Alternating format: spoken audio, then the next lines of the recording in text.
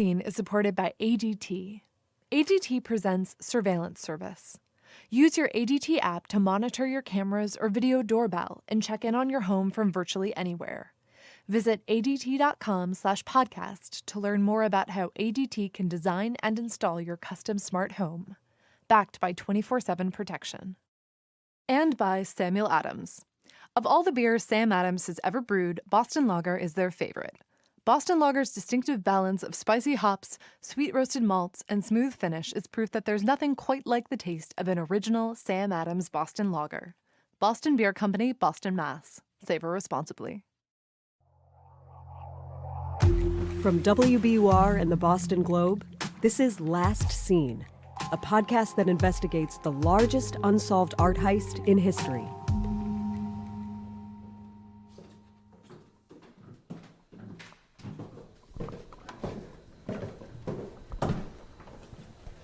We're in a strange place. Many people don't come up here. You might have to duck a lot, and we're in the attic.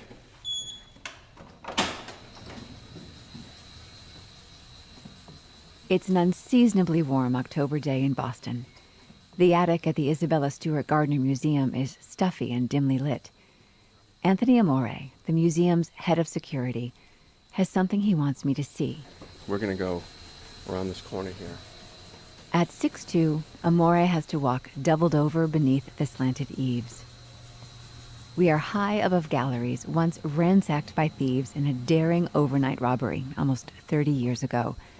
The attic space is dominated by a massive HVAC system. It's hum-proof that it's working to keep treasures on the floors below at just the right temperature and humidity level. Almost there.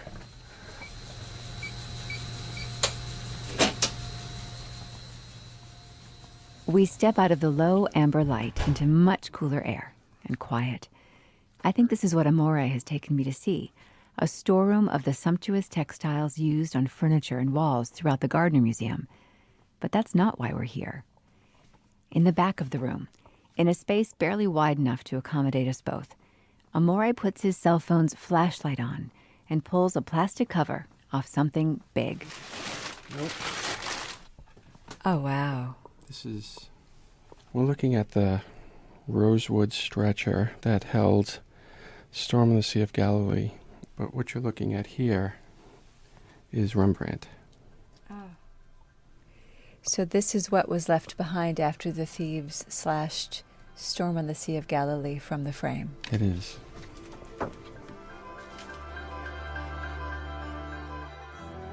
When the thieves slashed Christ in the Storm on the Sea of Galilee from its frame with something razor sharp like a box cutter, they left behind the edge of the painted canvas attached to the stretcher underneath. It was Rembrandt's only seascape. In it, Jesus, serene, rises to calm a raging sea aboard a fishing boat that is being battered in a mighty gale. Alongside Christ's apostles is a face we recognize. It's Rembrandt gazing out at us. In a letter dated August 30th, 1898, to her Florence-based art dealer, Isabella Stewart Gardner wrote, "Your description of the sea picture makes me fairly ache for it." I think I know what she means. I've only seen copies of the painting, but even those capture human frailty and the fury of the ocean. I can't imagine what it would feel like to stand before the original. But here I am, with the stretcher that once held it. It comes up to my shoulders at 5 feet 3 inches high, and it's 4 feet 2 inches across. Wow, it's enormous. Yeah, you can see why they wouldn't have been able to take it with them. No, it wouldn't have been something you could carry out. But that is paint that Rembrandt put there. Mm-hmm. What a thing to see. It kind of takes the breath away. In addition to that remnant of Rembrandt that the thieves left behind, they also left a clue about how they stole the priceless painting. If you look closely here, you could see the cut into the stretcher. You see that? Oh, yeah, so right they were inside? pressing hard. Yeah. With something extremely sharp because it's a very clean cut. Right. Well, it's a crime scene, really. It is a crime scene, it's like the chalk line of the body at Exactly. the murder scene. It's a victim.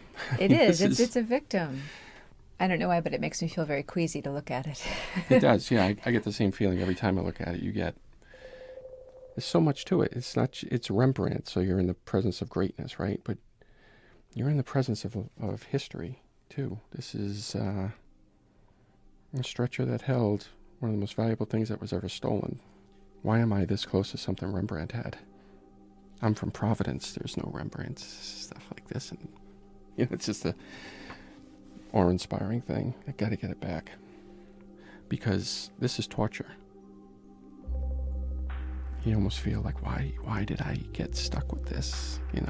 Why? Because look at it, right? You understand, I can never walk away from this.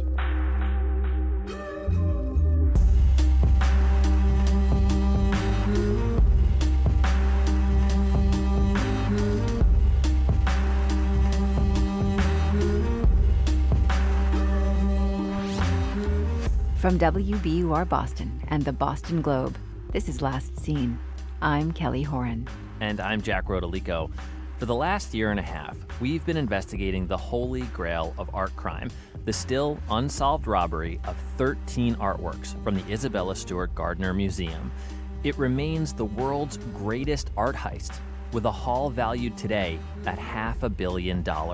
We've gone behind the scenes of the investigation with the Gardner Museum's lead investigator, and we've tracked down sources who have never before spoken publicly about what they know. We've worked closely with the Boston Globe's Steve Kurkjian, who's covered the Gardner heist for more than 2 decades. And we've gotten our hands on letters and a private diary, secret recordings, and police reports that have never before been given a public airing. We've mined all of it in search of new insights into this old case. Because after 28 and a half years, without one arrest or a single recovery of any of the stolen art, we wanted to know, why hasn't this case been solved? And all these years later, with suspects dead or dying and memories fading, can it be solved?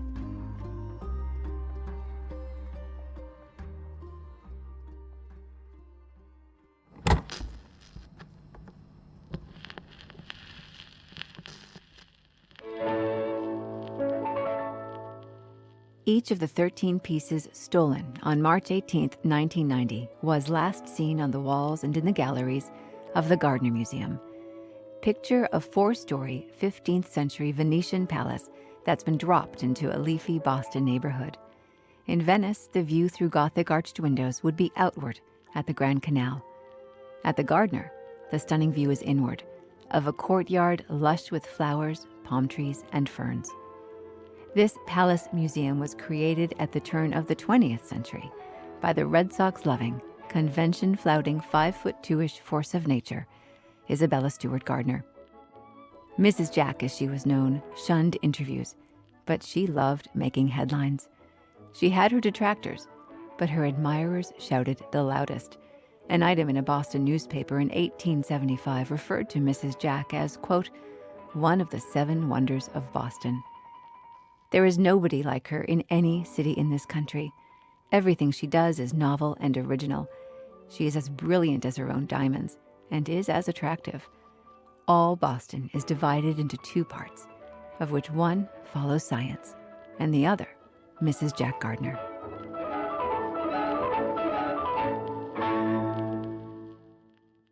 When that was written about her, she was only 35 years old. It would be another decade before she would make her mark as a serious art collector, when she inherited a fortune after her father died. In the meantime, she was an avid collector of fascinating people. Many were young, beautiful, creative men. And she was a philanthropic force in a city that was becoming the Boston that we know today. But art was to be her driving passion. Toward the end of her life, Gardner wrote to a friend, "Years ago, I decided that the greatest need in our country was art." And so that is what she left. And among the artists that she gave us were the big men on canvas: Rembrandt, Vermeer, Manet, Degas. And the thieves went straight for them. Rembrandt's only seascape, one of only 35 or so Vermeers known to exist. Not one of these stolen works has come back, not even after the museum doubled the reward from $5 to $10 million. Not the bronze eagle finial that sat on top of a silk Napoleonic flag, and not the oldest piece taken, a 12th century Chinese bronze ku, or beaker. All 13 artworks gone, along with the thieves. Nothing about what went down in the early morning hours after St. Patrick's Day on March 18, 1990, fits the Hollywood-fueled mind's-eye notion of a museum heist. There were no cat-suited burglars rappelling from the ceiling and snaking under laser beams. There was no elegant, art-loving zillionaire who commissioned the theft so that he alone could enjoy the art from inside his fortified lair in some exotic, far-flung locale. There was nothing elegant or art-loving about the Gardner heist at all. Not too long before it's famous. To airport bound noise. To get on board the track. In the early hours of March 18, 1990, the city of Boston was still celebrating St. Patrick's Day. Hangovers would be widespread come daybreak. So would news that the city's most unusual museum had been the victim of a daring overnight robbery. Good evening, I'm Casey Kaufman, and here's what's happening. A priceless collection of artwork was stolen early this morning from Boston's Isabella Stewart Gardner Museum. It was 1 a.m. Saturday that two men posing as uniformed policemen fooled security guards here by claiming to be investigating a disturbance. Initial estimates put the value of the stolen works at least $200 million. $200 million. The 87-year-old Gardner Museum is considered one of the finest small art museums in the country. Officials say the museum's elaborate surveillance system made no difference. Museum officials today said it was the largest art heist in history. Despite the confidence of museum officials that the precious artworks will be recovered, experts say they could disappear for years, perhaps forever. Brad Willis, TV4, Eyewitness News. The thieves who pulled off the greatest art heist in history had a pretty simple plan. They dressed up in cop uniforms and rang the bell. It was 1:24 in the morning, and the thieves approached the Palace Road entrance of the Gardner Museum. There'd been a keg party nearby, a few revelers were still on the streets, and when the fake cops told the museum guard on duty that they were responding to a disturbance, it seemed plausible. Maybe some drunk kid had gotten up to some mischief.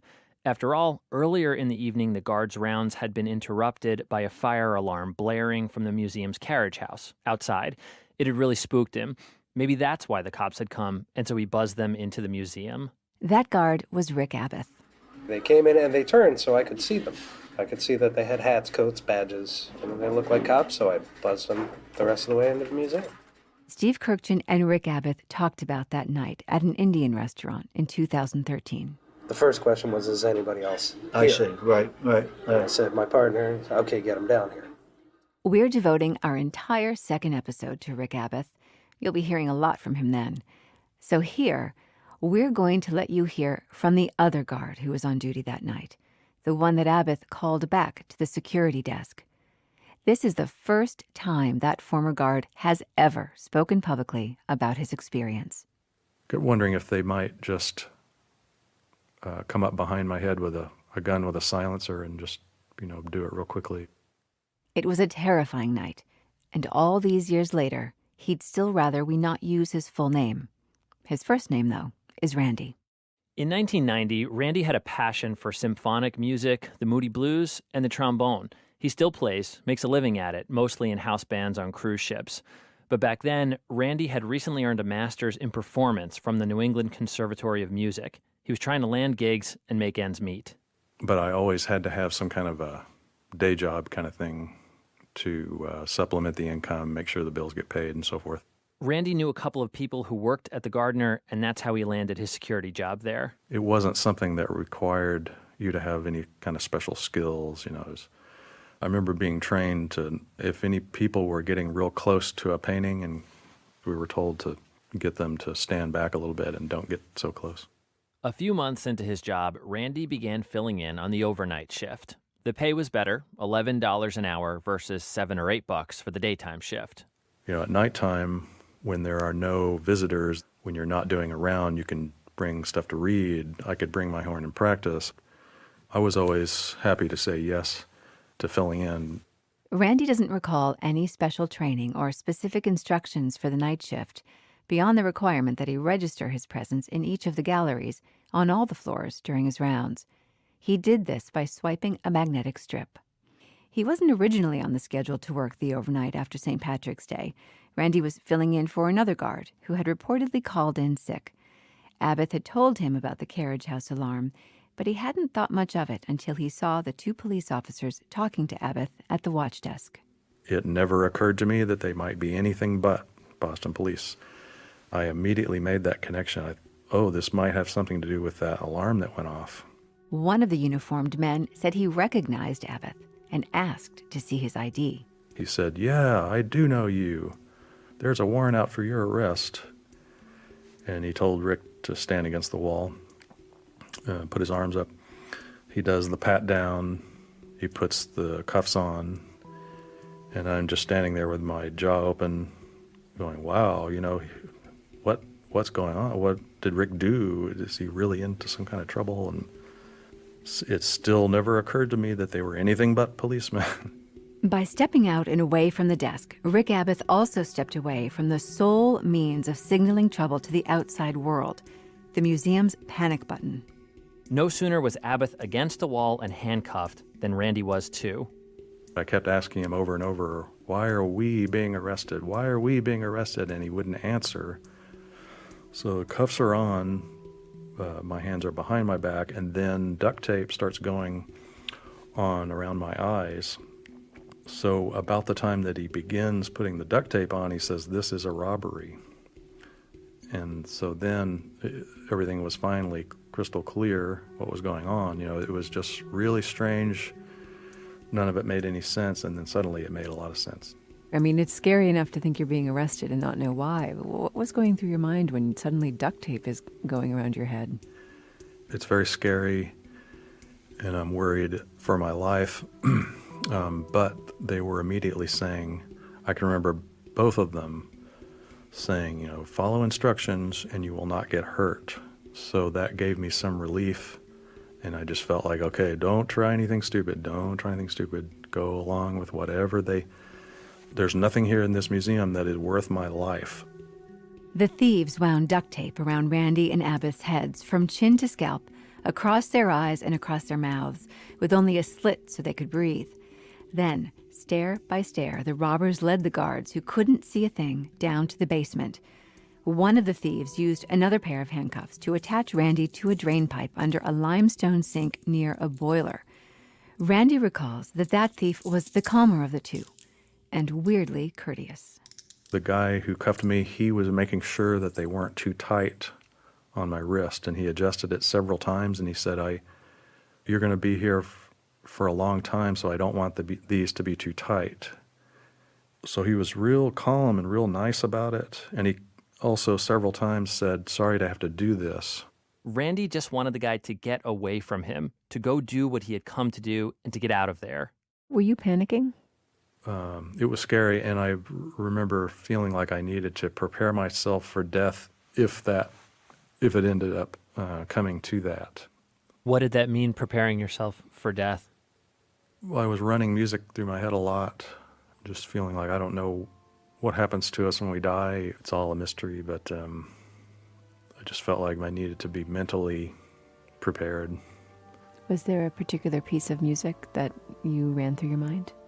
Definitely I remember one of the pieces, the Mozart Requiem.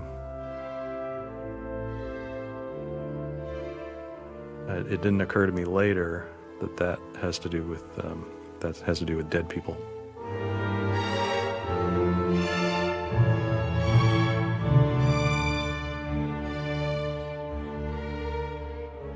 Randy spent the next 8 hours shackled on the basement floor, terrified the entire time that the thieves would return to kill him.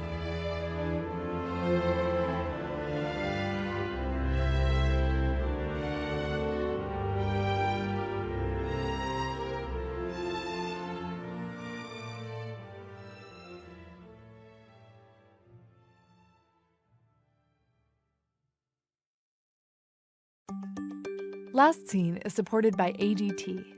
ADT presents Surveillance Service. Surround yourself with peace of mind with video doorbells and indoor and outdoor cameras from ADT Security. Visit adt.com/podcast to learn more about how ADT can design and install your custom smart home, backed by 24/7 protection.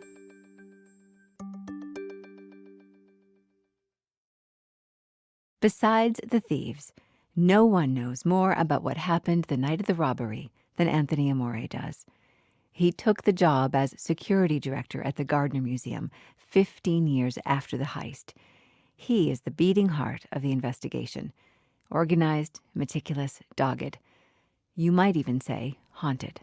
This case is like the perfect storm for someone like me, for it to like ruin your life, to have 13 albatrosses around your neck forever, because I know that if I go to my grave unsuccessful, that I'll go to my grave an unhappy person. Amore has access to the FBI's files and says he talks to the Boston FBI's lead agent on the case every day. He has elaborate spreadsheets for cross-referencing details about potential suspects, and he responds to every single tip, even the patently cuckoo ones, 'cause you never know.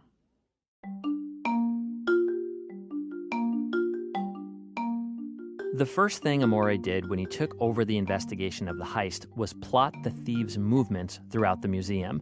Every time a thief tripped a motion sensor, a dot matrix printer at the watch desk recorded it. And that's when the computer starts reading, indicating to a guard at the desk who's not there. And it's telling him someone is in the Dutch room, investigate immediately. He plotted every single alarm, there were hundreds, over a floor plan of the museum.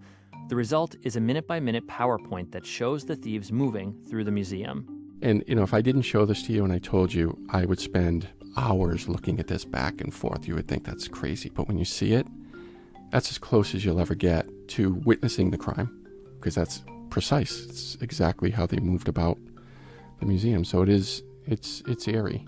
It is eerie, and it tells us that after cuffing and blindfolding the two security guards in the basement, the thieves made their way straight to the Dutch room in the southwest corner of the museum, just off the stone step staircase on the second floor. The Dutch room is named for its Dutch and Flemish treasures, but the room is better known now as one of the scenes of the robbery. Now keep in mind, it's 3 minutes into the heist. The vast majority of art heists I've ever looked at take about 3 minutes, right? So it wouldn't have surprised me if this theft was over in 3 minutes. But the Gardner heist wasn't over in 3 minutes. The thieves were in the museum for an astonishing 81 minutes. From the moment they were buzzed in at 1:24 until they left at 2:41. And their movements across galleries tell us they were stealing less than half the time, around 34 minutes. It's 34 minutes, my God. You could have wiped out galleries. 34 minutes would be one of the longest art heists in history, and I mean one of the 5 longest art heists in history.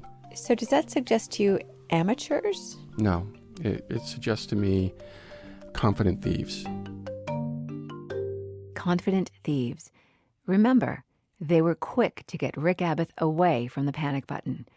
Anthony Amore says the thieves had the run of the place, and they knew it. These were not scared pranksters, right, who are running around with nervous energy.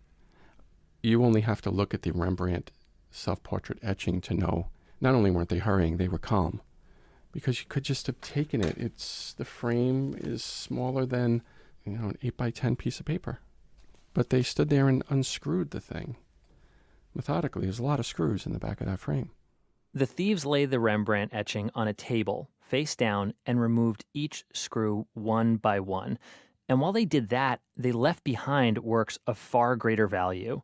The thief is standing beneath a Rubens painting, taking an etching. Like, I would like to have that etching, but this is a Rubens masterwork. If he looked up, he'd see a Van Dyck portrait. No, just cavalierly unscrewed this little etching like he had all the time in the world. And you think, though, that he wanted a Rembrandt? They definitely, in my mind, came from the Rembrandts. I think this bears it out. They went straight into that room and went right for Rembrandts. They took all 4 Rembrandts off the wall. It's not a mistake that they went to the Dutch room. And why Rembrandt? Well, he's, per capita, per piece of work in his body of work, he's the most often stolen artist. Besides the 3 Rembrandts in the Dutch room that the thieves stole, they also took Vermeer's The Concert, a landscape by Hovert Flink, and that Shang Dynasty coup. Does that just seem like a random grab to you? What's the significance of the coup? It does seem like a random grab, and it's always been a mystery to me. Why did they take that? And for years, I just assumed that it was an afterthought. It was just there. Grab it, or maybe they knocked it over and picked it up and just took it, or a gift for your grandmother or something, because it looks like a vase. But then I came across something really unusual that told me this was not a random piece. You want to see it? You should feel how heavy this is. What Anthony Amore showed me in his office that day totally changed how I thought about the theft of that piece. He pulled out a sheet of metal that's about a foot square, and just as he said, it was really heavy. The coup sat on a silk-draped table in the Dutch room, and it was anchored to that heavy metal through the tablecloth. So if you play it out, the coup's sitting there, the thief tries to take it, it doesn't come. And so you figure they thought that just by cutting the fabric, they'd free the coup, but then... They cut, still doesn't come, and then finally using force, they pull it off here. That's a lot of effort. Yeah. Okay, so the coup was not a random... It's not a random piece. Grab. Wow. Someone wanted that coup. We know from Anthony Amore's PowerPoint that the thieves, along with 13 irreplaceable artworks, were last seen at 2:41 a.m., leaving the museum through the same door they came in, the one to Palace Road. But the guards in the basement didn't know that. So I'm sitting there and it's all quiet, and then suddenly I just hear a voice go, "Listen up," like that. And it made me jump because I didn't hear the footsteps coming up to me. Randy says a thief had checked on him at least once during the robbery. He told Randy, quote, "Don't tell him nothing. If you're good, expect a reward in a year." And he also told Randy something else. He said, "We know where you live. We have your driver's license. We know where you live." So, startled by the thief's sudden presence and feeling the weight of that threat, Randy says when he heard voices coming from the direction of the guard desk many hours later, he didn't dare make a sound. I was afraid to call out because I thought it was still thieves, and then if they hear me calling out, they might decide this guy's being unruly, let's just kill him, or I don't know, I didn't want to take that chance.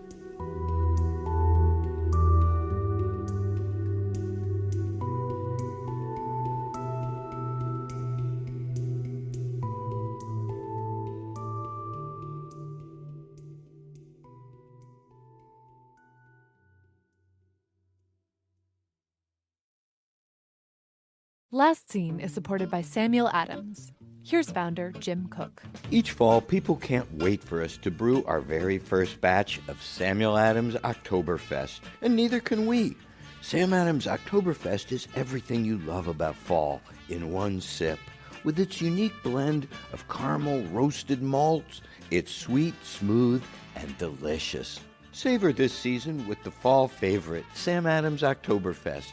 Boston Beer Company, Boston, Mass. Savor responsibly. Around the time that security guards Randy and Rick Abbott were found by police, Anne Hawley got a call at home. She was barely 6 months into her job as director of the Gardner Museum. So I just dropped everything and went into the museum in my blue jeans. And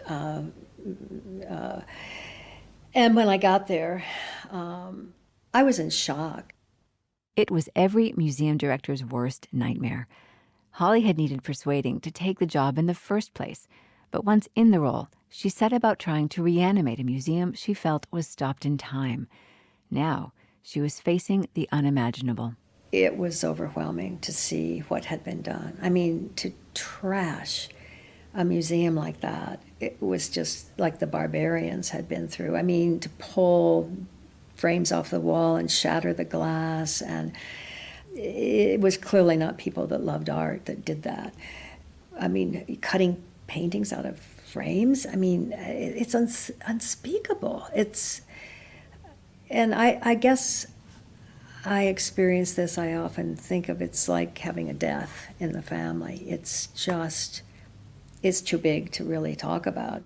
Holly describes the magnitude of the loss this way. Well, I always say for people who find it hard to imagine the enormity of this, who maybe are musically oriented or theatrically oriented, to imagine what if Beethoven's Fifth Symphony could never be heard again, or what if Louis Armstrong's work could never be heard again, or what if Hamlet could never be played again. I mean, these are works of the civilization that are so important. To remove them is to remove a piece of our civilization. The lost piece of our civilization that cut Holly the deepest, the stolen painting that most haunts her, is The Concert by Vermeer. Holly, who had trained to be a singer, says Vermeer captures an ephemeral moment just right.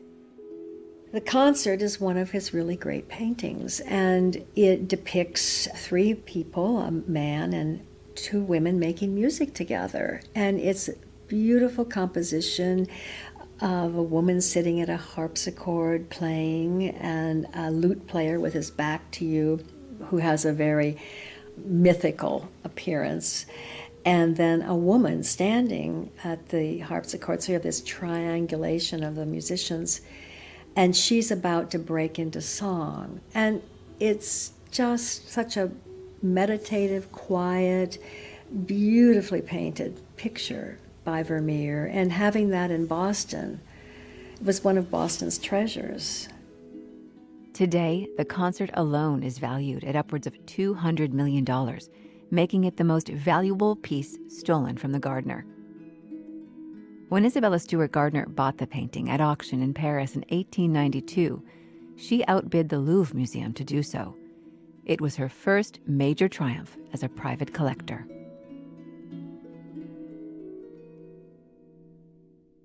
But the painting that Gardner considered the cornerstone of her entire collection, a large Rembrandt self-portrait, that was initially thought to be missing too. And the frame was leaning against a chest, and it had been said it was gone, that they had taken it. But when I pulled the frame back, it was still in it. And that was the only relief, the only moment of any grace in that room.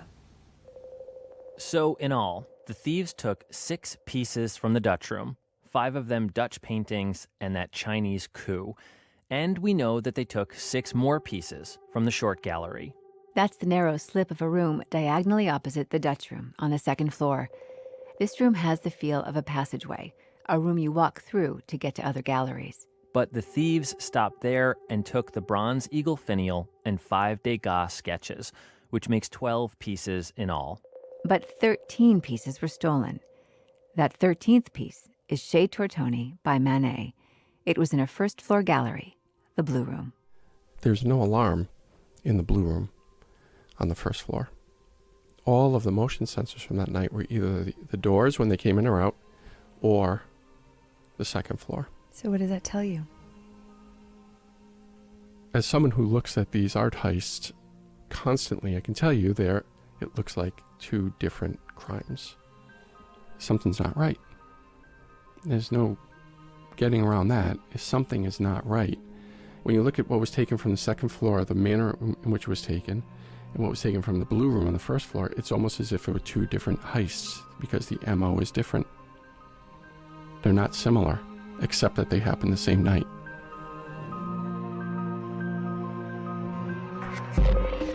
Is it possible the thieves didn't steal Chez Tortoni from the Blue Room? And if so, who did? Next time, was the Gardner heist an inside job? I knew when it happened that it was someone from the inside.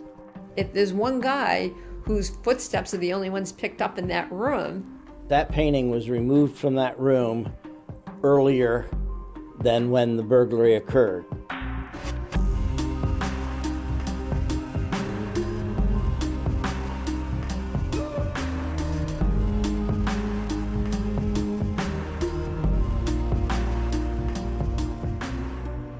To see a video recreation of the night of the robbery and view the 13 stolen pieces, go to our website, wbur.org/lastscene.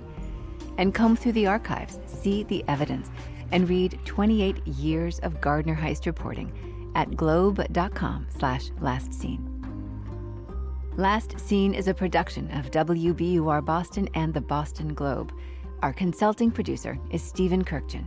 Production and sound design by John Perotti. Eve Zukoff is our production assistant. Additional production by Catherine Brewer. WBUR's digital team is Amy Gorell, Tiffany Campbell, and Daigo Fujiwara. We had help from the Boston Globe's Shelley Murphy, Brendan McCarthy, John Plumaki, and Jeremiah Mannion, and digital help from Heather Cyrus, Jason Toohey, and Ryan Huddle. Editing by Jessica Alpert and Ben Brock Johnson. Our executive producer is Iris Adler. I'm senior producer and reporter Kelly Horan. I'm reporter Jack Rodolico.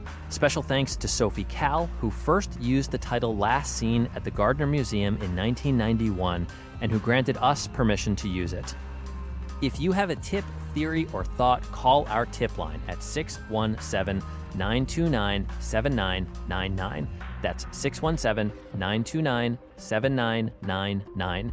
Follow us on Twitter and Instagram at Last Scene Podcast, all one word. If you haven't already, subscribe to our podcast in Apple Podcasts and leave us a review. It helps people find the show.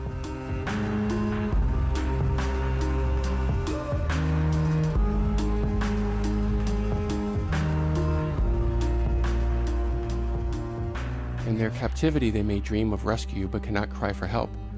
Their paint is inert and crackled, their linen friable. The boat tilts frozen on the storm's wild wave. The concert has halted between two notes. An interim sufficiently extended becomes an absence. When wise and kindly men die, who will restore disappeared excellence to its throne? John Updike.